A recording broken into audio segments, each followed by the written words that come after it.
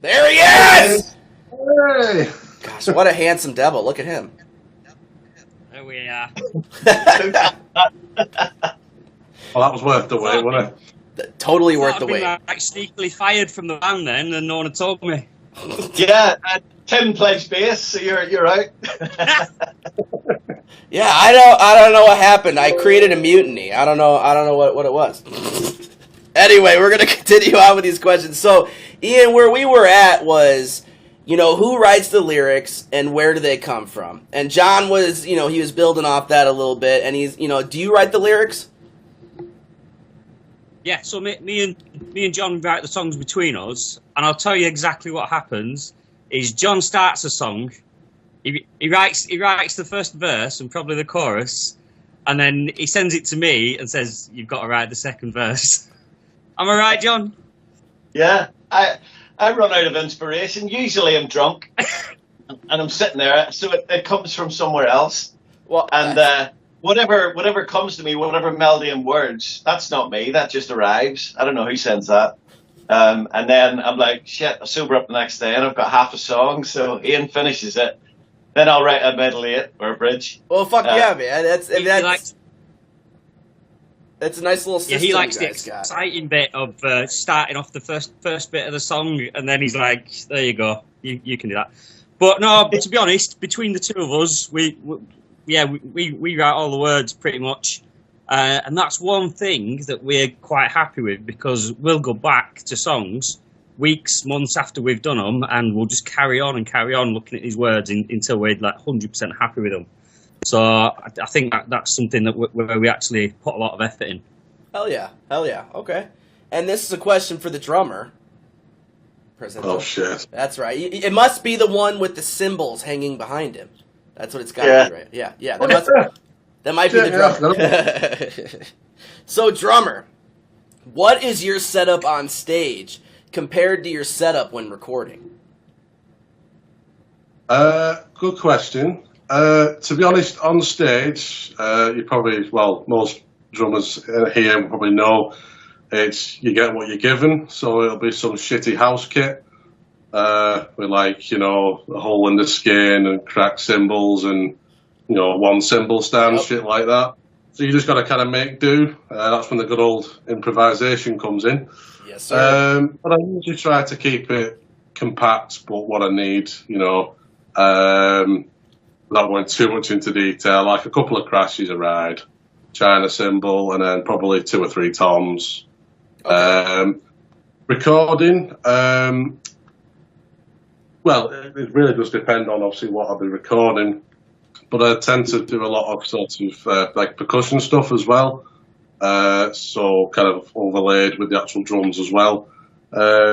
So I have things like darbukas, cajons, bongos, that kind of thing. Yeah. And my setup generally would be a lot bigger, just so everything's to hand. And it's just easier to record with, really. I'll have like a big sort of live setup, like an 80s kit kind of thing. Yeah, like Neil Peart, yeah. Yeah. Yeah, all right. I fuck with that. Okay, that's interesting. That's interesting because when I listen to your guys, your music, I'm pretty sure I listened to all of it, all the way through the entire. Well, everything you have on Spotify, I listened to at least. So listening to that recording, did you guys record at home? Is that like a studio you guys go to, or? Because that's pretty fucking well done. I mean, the drums are very, very clear. Because you could tell sometimes when it's in a home studio, because sometimes an artist doesn't have the money to buy fucking 12 mics to mic up the whole, drum set. So they got like one in the kick and then like a couple fucking sound ones in the room. And that's what they record off. So you can kind of tell when it's in a home studio. So where are you guys recording at?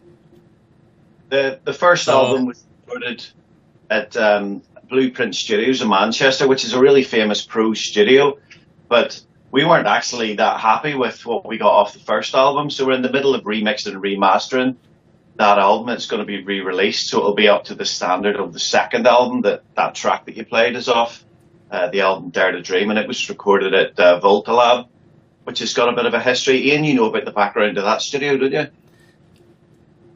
Yes, so there's quite a few bands who've played there before. It's Stone Roses, indie indie rock band for, like, famous from Manchester, and Joy Division have recorded there as well.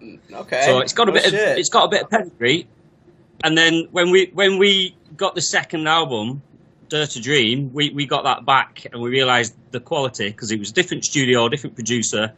That's what John was just saying. We then asked that producer to go back to the first album, remix, remastered everything, and we didn't realise how good it could have been until we met this producer, Jamie. He's absolutely fantastic. So that's coming out soon. We was hoping to have a song ready for you tonight, but we haven't got the masters back yet. So that'll be in the next couple of weeks. I'll get you on that. I'll get you back on this fucking thing for sure, dude. You guys, if I can listen to your album, and I also, because I did some research on you, homeboys. So the Lucky 13, that is a very fucking cool, backstory and all that jazz.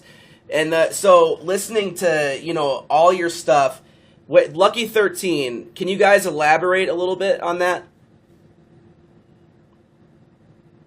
Yeah, so Ian and I actually met back in 2008 when we were serving in Iraq, or Iraq as you like to call it over there. Yeah. And we'd be on patrol.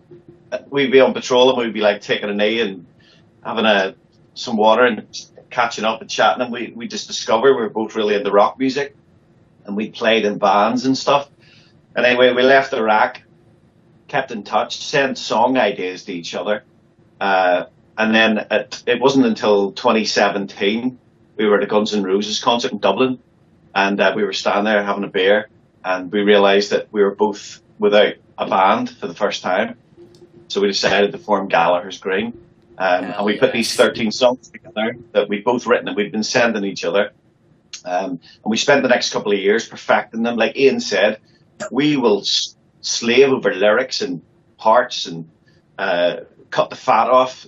There's no fat on our songs. Yeah. And then once we were ready, we put the band together and went into the studio and recorded Lucky 13. So, yeah, there's a lot. It's been a big old pot of gumbo. And it's taken years to start it up, and and it will be remixed and remastered very soon, re-released. Okay, hell yeah. All right, I like that. That's it's a really interesting story. What did you as far as you guys serve, and how long did you guys serve? Ian's still serving. I'm still in. Yeah, I'm on my camp right now. I'm in my nice little room that's more like a cell. John, you did 23 years, did you do? 23 and a half. I left 3 years ago, yeah. Wow. Holy shit. Yeah. Man, I know I don't look fuck it, you look young with experience. That's what you look like. So it's all good, brother. Well, Tom and I were laughing about this the other day. You were 1 when I joined up, weren't you? Yeah. Oof. Wow. Yeah. Hell yeah. Oh, that's awesome, gentlemen. That's awesome. And this question is going to be for the bass guitarist. So, currently me and Dustin, we just have the two of us. It's just me and Dustin. So I play the guitar and he plays the drums and we both sing.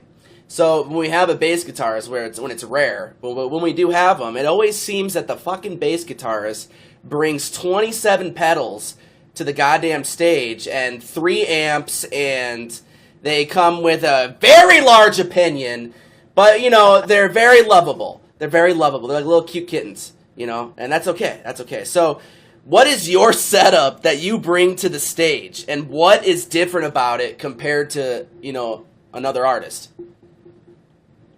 I am really, really simple. Here we go. Ask the guys. I've got a Troy Sanders signature Fender Jag bass, and as soon as I plugged it in and plugged it through a Rumble amp, I didn't need a pedal. I play with, the only thing I've got is a tuner pedal. Right. I play direct from the bass into the amp, and as soon as I plugged it in and played it, everyone in the band kind of looked and went, "That's it. That fucking sound is outstanding." So right. I'm really simple, and I love it when we go to gigs because we play quite a lot of support slots. So usually there's a drum kit there, there's a bass kit there, right, there's a bass amp there. Everything's already there. I literally turn up with my guitar, my bag of leads, and my tuner pedal, and I'm good to go. So I just love the sound that naturally comes out of that guitar. I've never heard anything like it. So I may be on the rare exception. I'm pretty chilled.